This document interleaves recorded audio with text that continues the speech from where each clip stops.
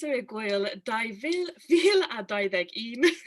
Hello and welcome to Gwyl 2021 Literature Today. My name is Caitlin Van Buren and I am the director of Gŵyl Haf. We are here today joined together with all the other festivals for Gwyl 2021, but our own festival ourselves will be held this year in June from the 5th to the 16th of June. So I am joined today by Edwige-Renée Dro, who is an Ivorian literary activist, writer and translator. One of her many missions is to bridge the gap between African, Francophone and Anglophone communities. She is also the founder of 1949, the library in Adbidjan. And I was wondering, hello and welcome. Hello, Caitlin. Hello, thank you.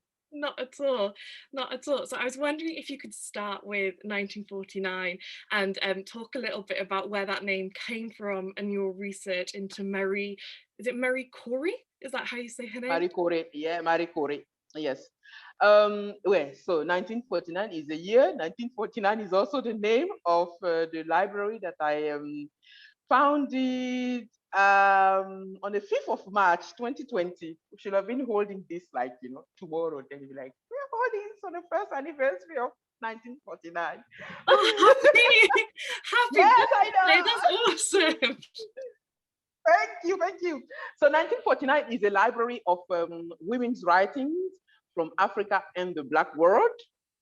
And the mission of 1949 is to unearth and amplify the contributions of African and Black women in order to inspire present and future generations. Yes, I know it is a bit of a mouthful. As for 1949, yes, so 1949. The process of wanting to have a library is has been a long process for me. Since 2014, I wanted to set up a library, and now so I got all of my notepads out and everything, thinking, so what should this library be? I knew where I wanted to set it up. I wanted to set it up in Yopougon. Yopougon is one of the most populous neighborhoods here in Abidjan. It has 1.2 million people, and the whole of Abidjan has about like 4 million people. So this is the most populous and populated neighborhood also in Abidjan. So I knew that I wanted to set it up here because for me, libraries, support communities, libraries educate communities. So I wanted to set it up here. And then I was thinking then, so what, then I knew that I wanted to be African. So I wanted African writers. But it was when, so in 2016, in 2018, when I was doing some research into the women who marched on Grand Bassam in 1949. So Grand Bassam used to be our political capital. So they marched on Grand Bassam to liberate the politician, the male politician who had been imprisoned. And that's when I was like, the story of women is not told in its entirety, or when it is, spoken about, especially, African women, they try to put a nice slant on the story. So in this particular story, they say it was the wives and the daughters and the sisters of these men. But when you actually look at the story, these women were politicians. So it's like, why don't you mention that they were politicians? In any case, the men in prison were just 7 men. So 2,000 women can't have all been married to these men. What's the ratio? So what is the ratio? So so that's when I decided that it was going to be a library of women's writings from Africa and the Black world. That's my only criteria. You just need to be, you need to be a Black and an African woman. Now we need to define what is Black and what is African. Obviously, I'm not going to define it today, though. We could define it someday. But and it has to be, books that are well written. So the character is well fleshed out. Developmental editing has been done, and all the etc. etc. Some of the books here are feminist, in the sense that their writers said they are feminist books. And some of the books are not feminist because, the writer said, Mariam Abba, who wrote, So Long a Letter, which is the Bible of, African feminism. she did not see it as a feminist book. I don't even think she defined it herself as such. You have Ken Gugul here, who some say she's a feminist. She's never said she's a feminist. But I like literature to engage conversation, because we need to define what is, an African woman, what are these Black and African women writing about, and et cetera, et cetera. I think I'll just stop there. Yes, Oh no, like, and I think that's so interesting, and I think that's amazing. I'm just so in awe that you've made this library. It sounds so incredible, and everything you do. So from your sort of TED Talks I've watched and speeches I've watched, every oh, you've seen that talk?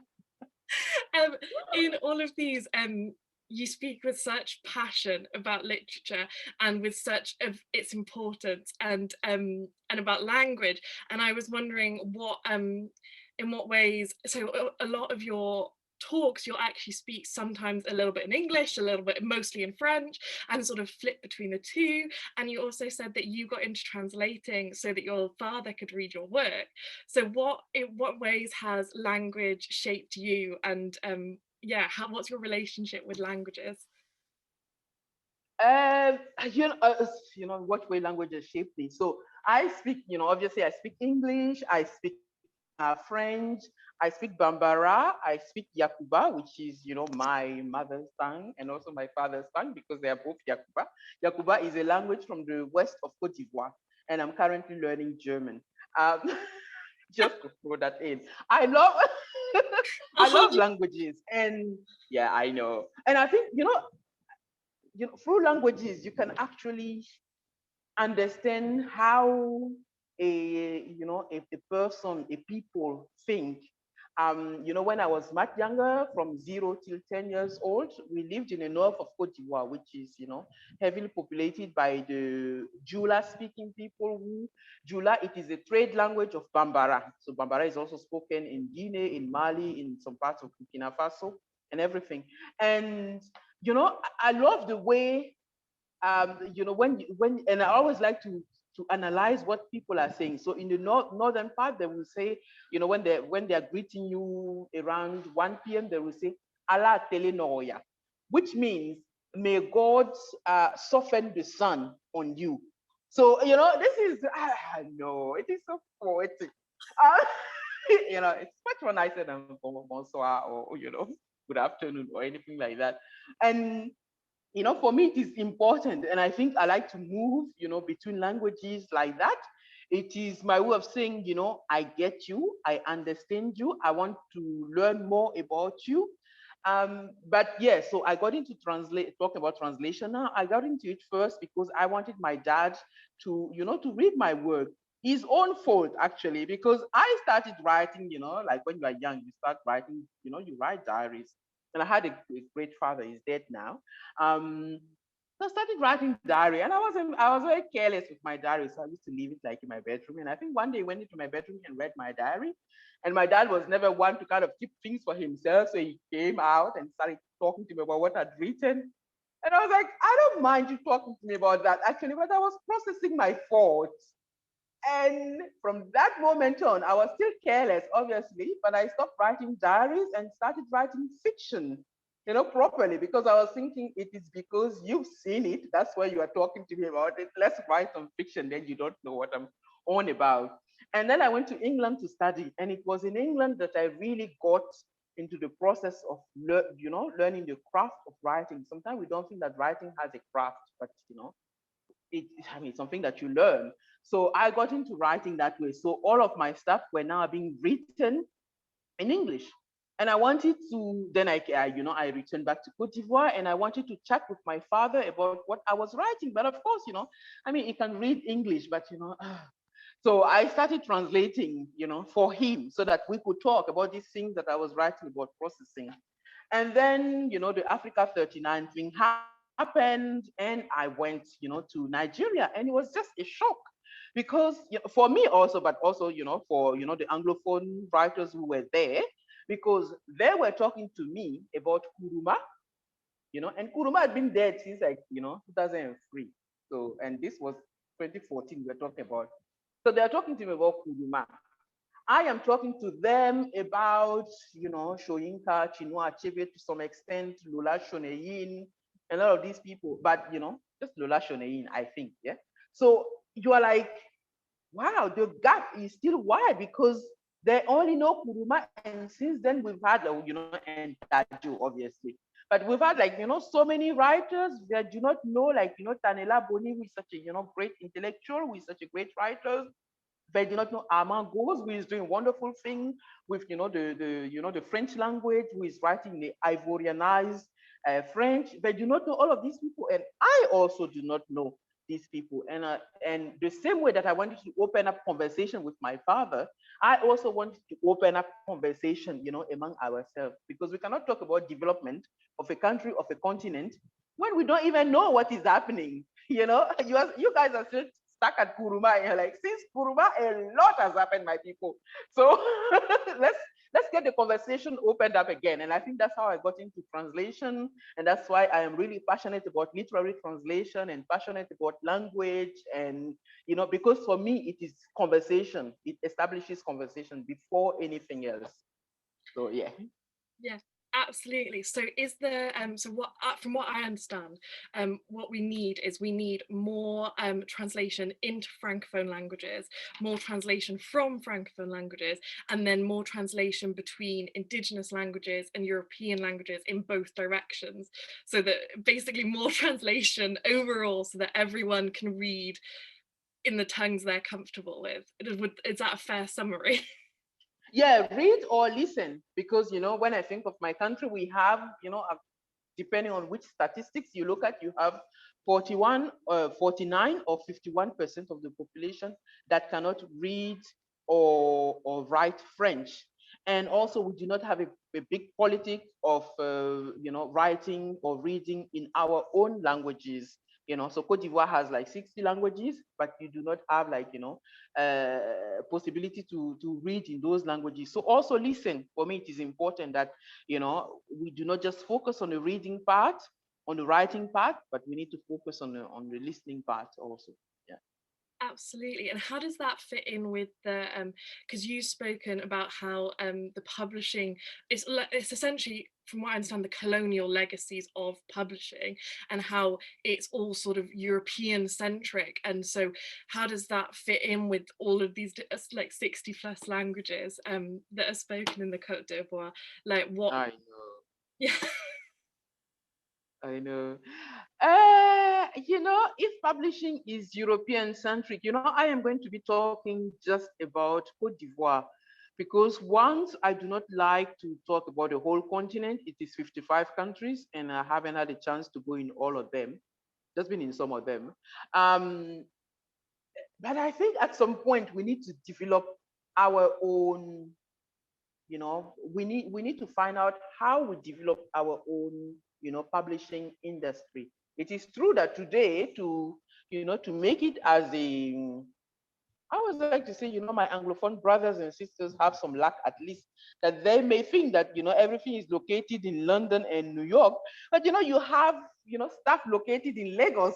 I mean, Lola is doing a wonderful thing with, Ake Festival, in Nigeria.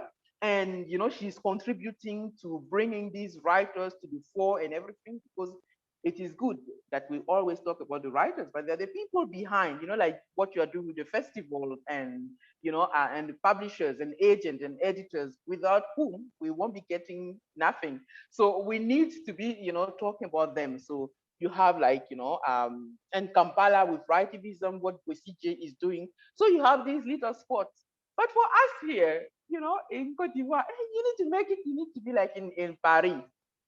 But this is not, again, the fault of the French. They are doing what they, who doesn't want to. So we need, basically what I'm saying, we need to develop our own, publishing industries. We need to be, I would like to know, and I've asked of, some people at the Ministry of Culture, and I'm still waiting for the answer. Since 2014, I've asked this, and I always ask when they come to my library, they ask me like, what do you want? But have you contacted this person? Have you contacted that person? And I'm like, this is not about me. It is not about like what I want. I know what I want. I want to know this country called Côte d'Ivoire, what is our literary politics? What have we decided? What have we put in place as a government to develop literature in this country? If you tell me, then we will see where we meet. But at least until you tell, until you know, you like, go here, go there. No, I am not a chicken. I do not go places. I need to know. So each, our country, like my Côte d'Ivoire, needs to develop is literary politics, or if it has developed it, make it accessible so that we can see what we can do for the publishing industry. I hope I've made myself clear. Oh, absolutely. Absolutely. And you've done some amazing work on this already with I was so interested. So the name in English reads as Adbidjan Lit, but I read that obviously in French it's Adbidjan Lit, which means Adbidjan reads, and I love that so much. I was so pleased to learn that. But Adbidjan Lit is essentially it's a hashtag and a book club, and more than that, it's a literary activist movement. So I was wondering if you could talk a little bit about what you've done with Adbidjan Lit. Yeah, so I co-founded Adbidjan Lit with two other amazing women, Laure Bledou. Laure Bledou, who is the editorial director of a children's publication here in Côte d'Ivoire, and Sarah Modi, who is also, she's now working in a publishing world. But we set it up. Basically, Adbidjan Lit means Abidjan reads. Because, people were saying, oh no, Ivorians don't read, Ivorians don't read. And you're like, no, we read. In fact, like recently at the library, we did this thing called titrologie littéraire. And titrologie means reading the headlines of newspaper. Headline in French is called titre. And, so that art of doing that is called titrologie. We do wonderful things with language in Côte d'Ivoire. So titrologie littéraire is basically literary titrologie. So we got some book extracts and put them outside. We have some pictures on, if I was doing this at the library, I would have shown it to you. So we have it outside on strings, with like clothespin, so that passerbys can, stop and read. And they actually do. They stop and read, and they come in and they will pick up an extract and read, and maybe like look for the book or not look for the book. So with Adbidjan Lit, this is what we want to demonstrate, that Ivorians do read, but you cannot read if you do not have the books, if you do not know what are in the books. We have issues with distribution where it is really, really difficult to get books on the continent. So and then when you have books, it is very expensive also. So you can't then say people do not read when in fact they do not have access to these books. So, but we know that Ivorians love to talk. Oh my God, we love to talk. We're always like, oh, but have you heard this? So we built up on the titrology and the have you heard this to have conversation. So we will say, oh, we are meeting maybe in a co-working space, because also we want to get literature out of the expected places. And even like if you come to 1949, you will see us drinking beer and reading something and eating something, because this is our sociology also. Maybe in a Western world, you go in a quiet place and then you sit and then you read your book, etc. But here in Côte d'Ivoire, in Abidjan, you need to be like, eating your meat and then drinking a beer and then reading something and then talking to somebody. So we have all of that in place. So we might go to a co-working space or to a restaurant or to a shop and then say, oh, let's talk about love. But whereby, we are just not going to come and everybody's going to talk about their love experience. We base our, themes on book extract. We use like book extract, we'll read an extract and then we'll talk about that. And that means that, then people want to like borrow that book and say, oh my God, we didn't know that it would talk about it in that way. So that's, so that's what we do with Adbidjan Lit. Adbidjan Lit means that, Abidjan reads. Absolutely. I love that idea. It's Wonderful. Is there anything else you want to add? So like, I was wondering, like, what's your daily, what does your daily life look like at your library? Because I've noticed that you do loads with young women and loads of, almost they look like classes you're doing. So I was wondering if you wanted to talk about that a bit.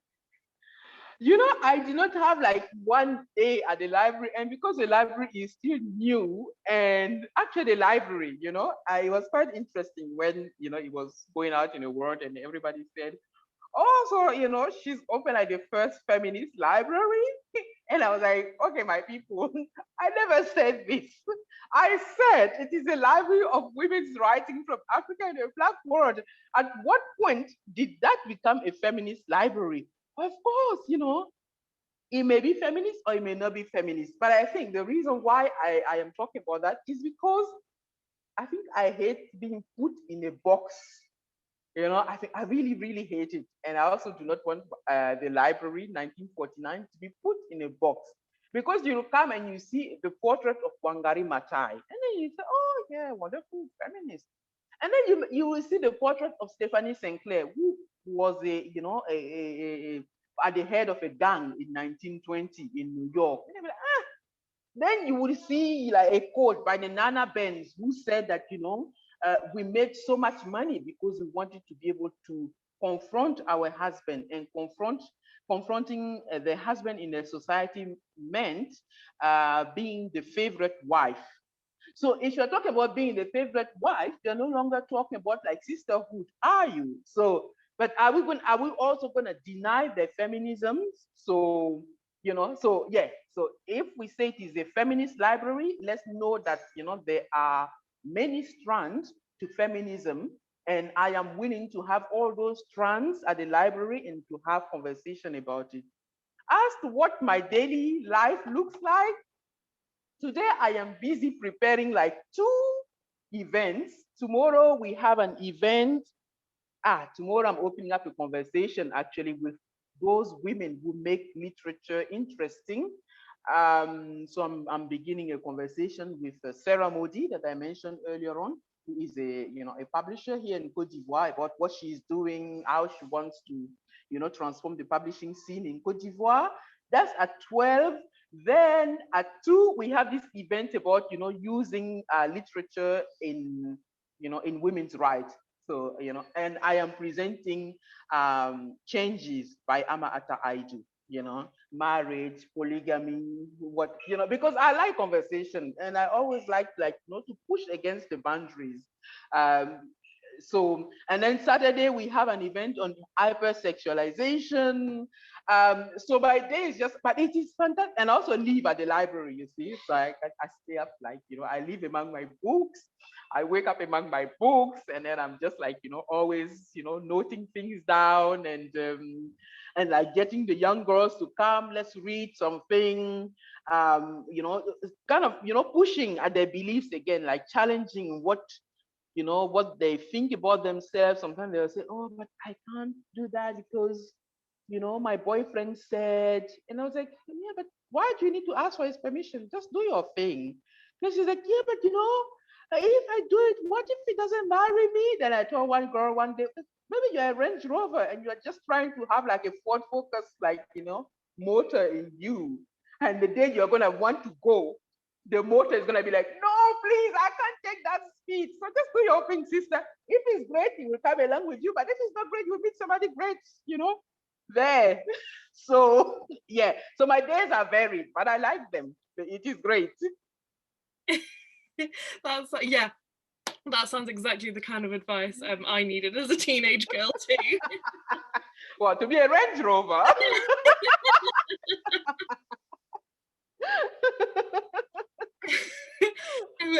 So throughout your writing, you use humor in this way. I particularly have enjoyed your story about God and the vibrators, called God, about vibrators. Oh God, you've really done your research, haven't you? Oh. I also really liked where you sort of wrote the one where you talked about having a master's degree in orgasm fakery, and so I was wondering how humor and especially also destigmatizing sex and having humor around sex. How does that play into your writing? I think I have humor around about everything, but maybe that's my Ivorianness. You know, I was about to say, and I'm still going to say, we are a fascinating people. I'm not just saying that because I'm an Ivorian, but I think sometimes of even of 1949, of the march, the women, they were beating their drums. They were not just sitting there, being very sad.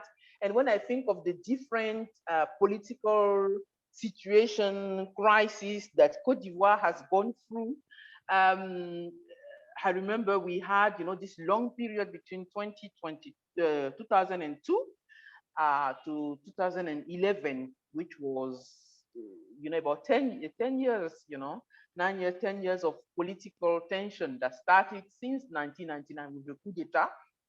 And in 2002, from 2002 to 2004, we were living under curfew, so you need to be home, a bit like lockdown today. So you need to be home at, at 6 p.m. and everything. And we have a huge population that is unemployed also.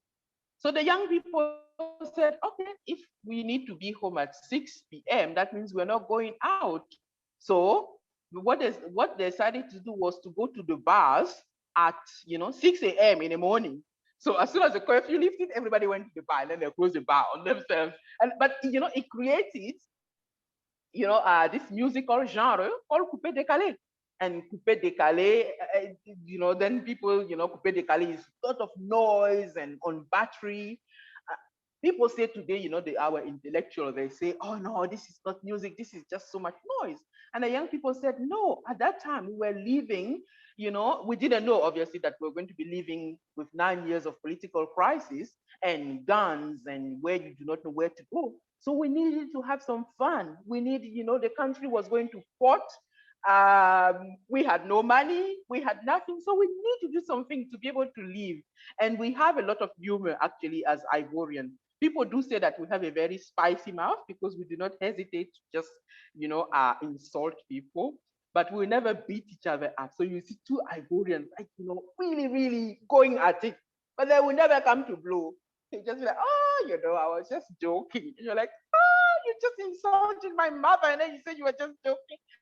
So, and I think also humor makes things humor shock. When you say that, you think I have a master in, orgasm fakery, it shocks. And I want to shock people. Sometimes people think that they're also great at this sex thing. Then you're like, no, my brother, you are not that great. And let me tell you how much you are not that great. So, because if you say, oh no, you're not great, it is not as great as, when you are reading. I mean, that particular text is very oral. It is a woman, who has ended a relationship with this guy, this married guy that she was going out with. And so she's writing a letter to the married guy, and toward the end of the story, we realize that she gave the letter to the watchman. So this girl didn't know where she lived. She was clueless, and she was basically telling him, I was biding my time. I needed to get something from you.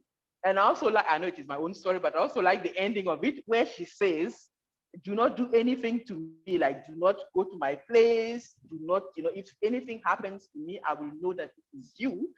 And she says, I will not go to the police. I will go to the NGOs who fight against, women's rights, because the police here is corrupt, it is sexist, it is misogynistic at times.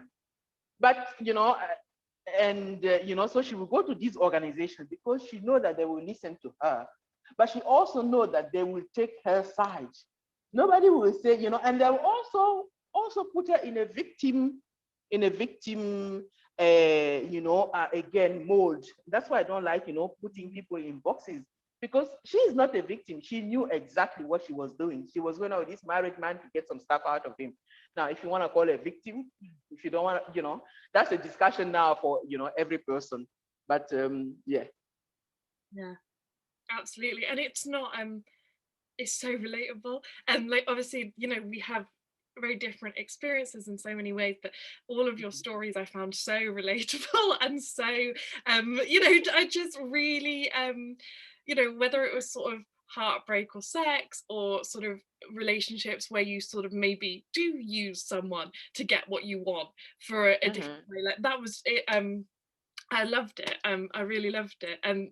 Another element I wanted to ask about is in quite a few of your stories, your central characters are returnees. For people who don't know, a returnee is someone who's lived abroad either their whole life or for a section of their life and then returns home. And in particular, some of the conversation around returning is about, you know, avoiding brain drain. So avoiding losing all these highly educated people to not bigger, Western cities, really, basically.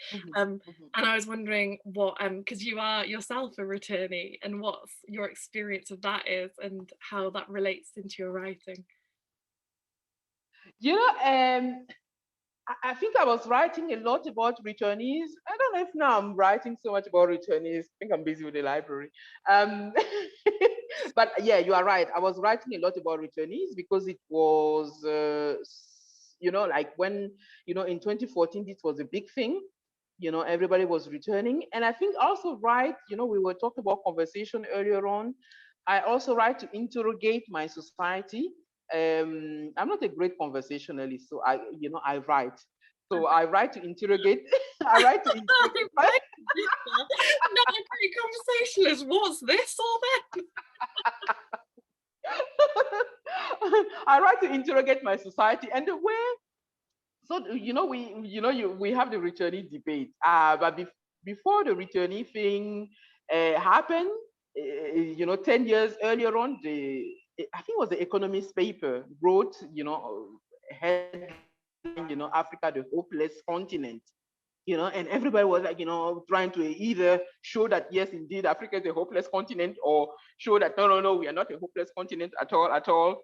And then 10 years later on, 2011, the headline, Africa the hopeful continent.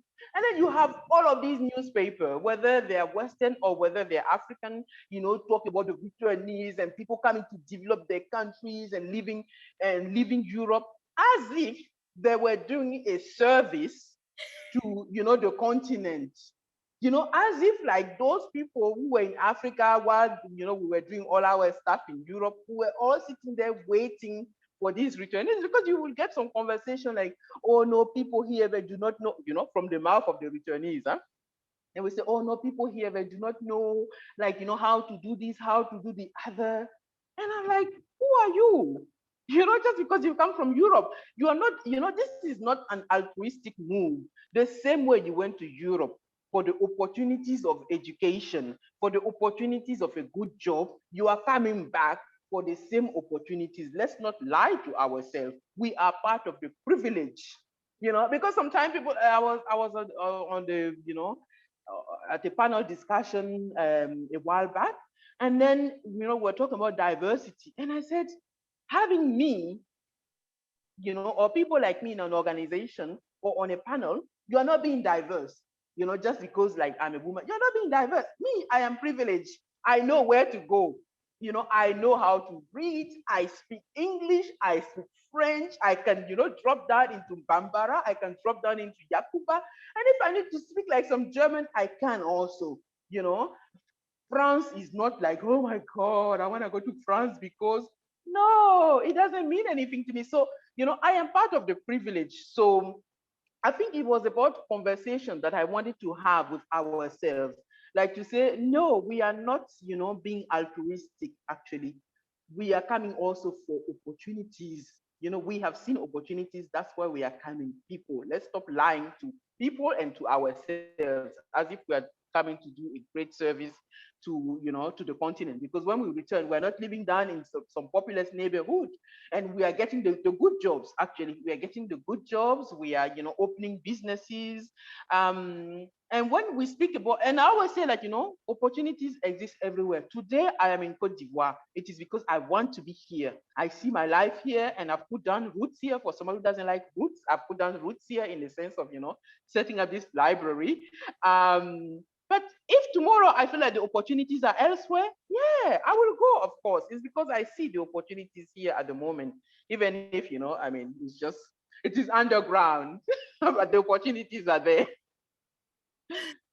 Yeah, do you want to talk a little bit more? I think one of the things you've also said about Abidjan is that Abidjan is big and Abidjan is small, and that also Abidjan is a small village. So I wondered if you want to talk a little bit more, like what's Abidjan like for someone who's never had that opportunity to. Yeah. Well, Abidjan is big. It is spread out.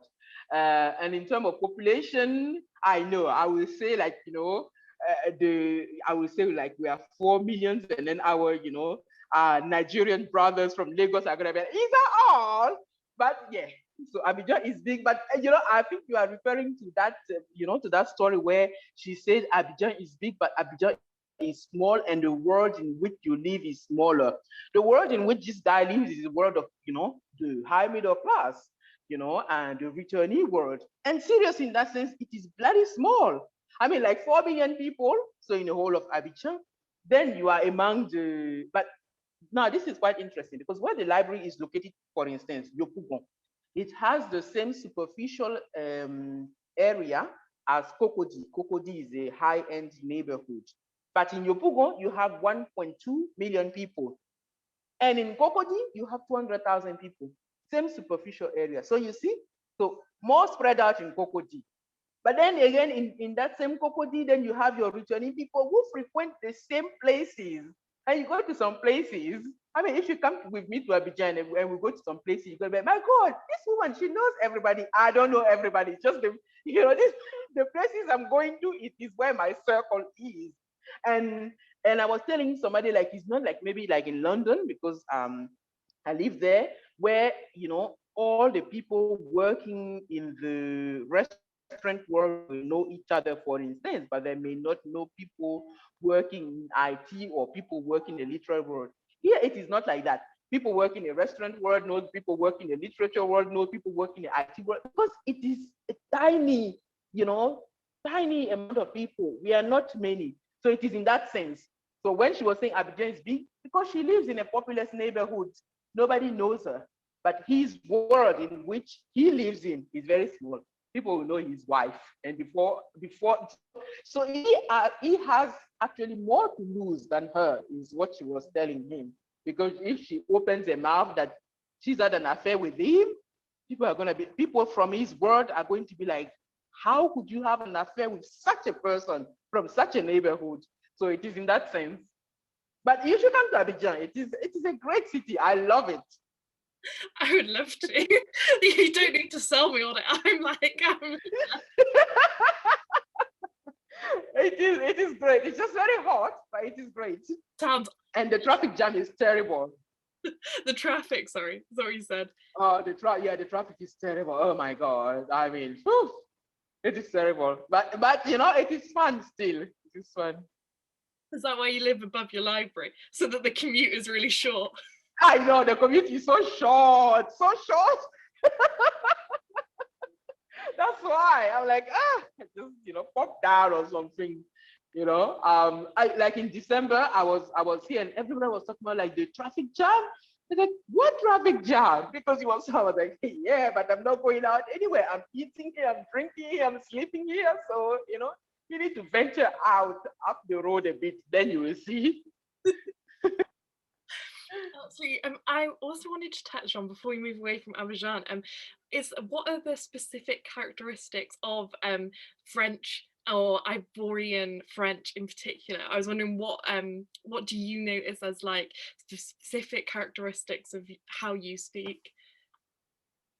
I don't know. We like to add at I think we have it. This is what I think when you were talking earlier on, about translation, and then you mentioned we need to like maybe translate more francophone languages.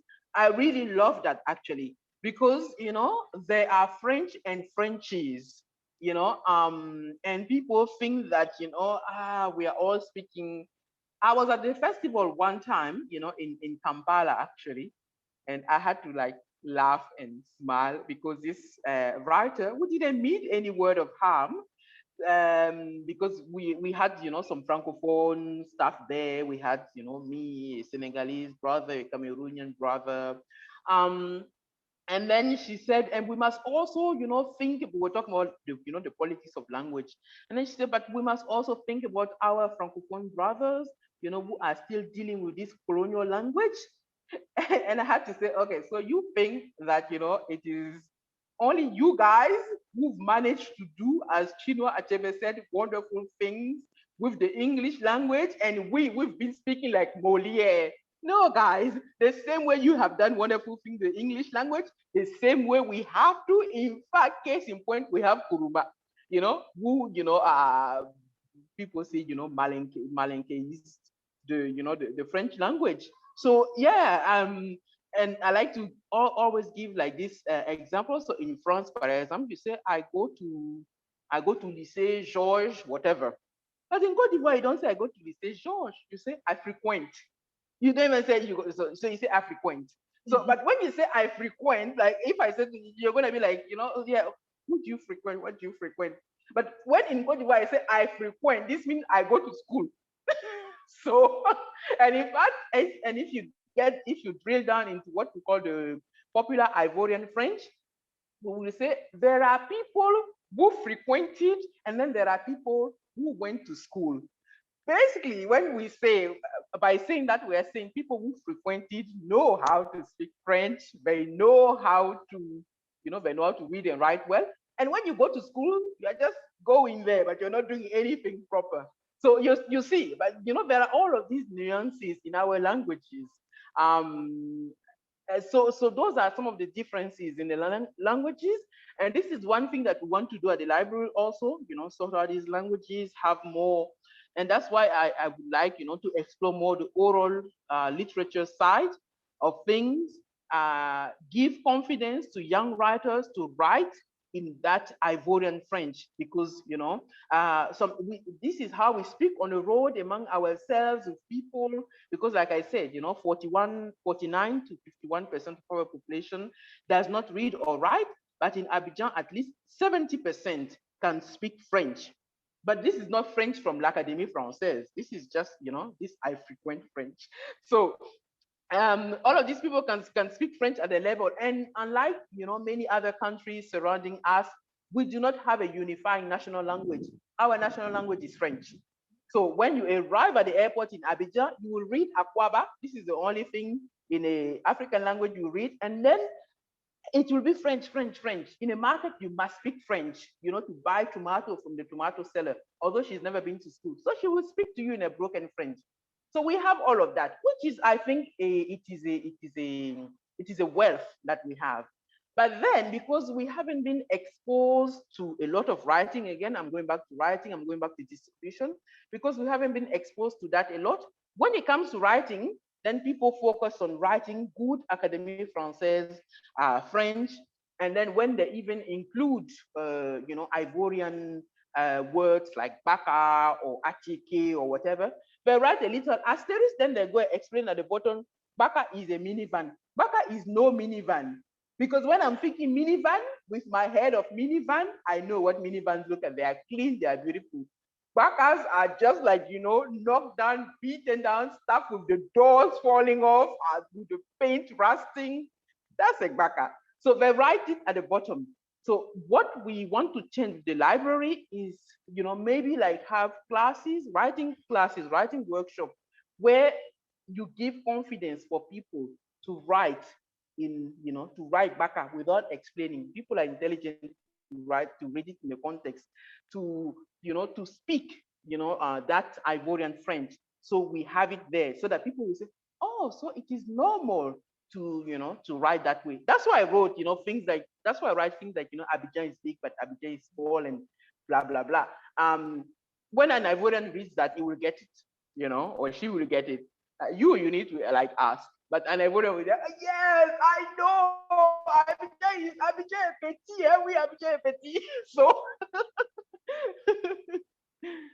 absolutely, but you can ask. Like, I can ask and I can Google. Like, there's no reason why, exactly like you said, we can't have words like baka in language, and then people go and Google if they don't understand, or they'll pick up, won't we? Like people pick up Yeah. context. It doesn't have to be explained. Yeah, but you need to have the confidence to, to see that.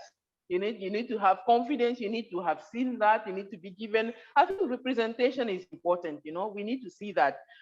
For somebody, for me, I can easily say yes. I can go and Google because I learned to write in England. I have an international approach to writing.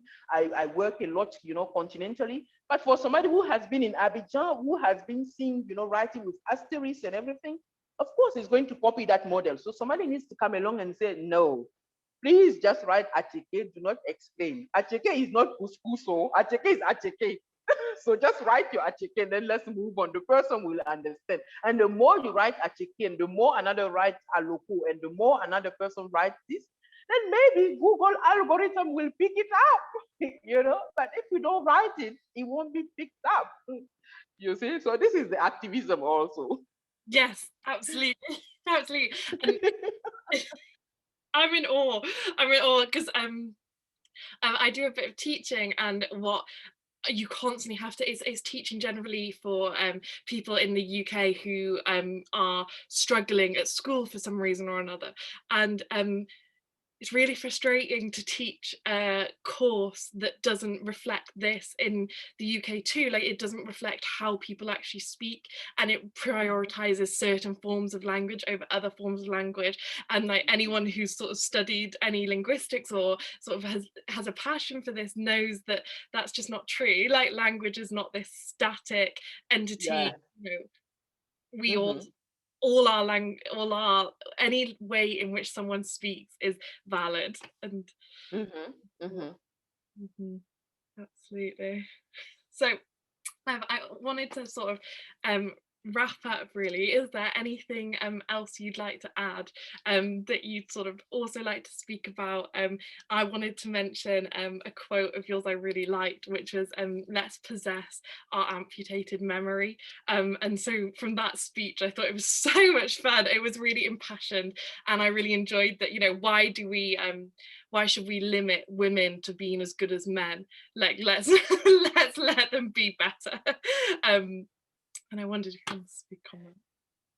Yeah, I think, because I just hate that thing of, everything, a man can do, a girl can do everything, I'm like, why? This is just a disservice you're doing. As if like, men or boys were the benchmark and, this is, no, let's just be basically.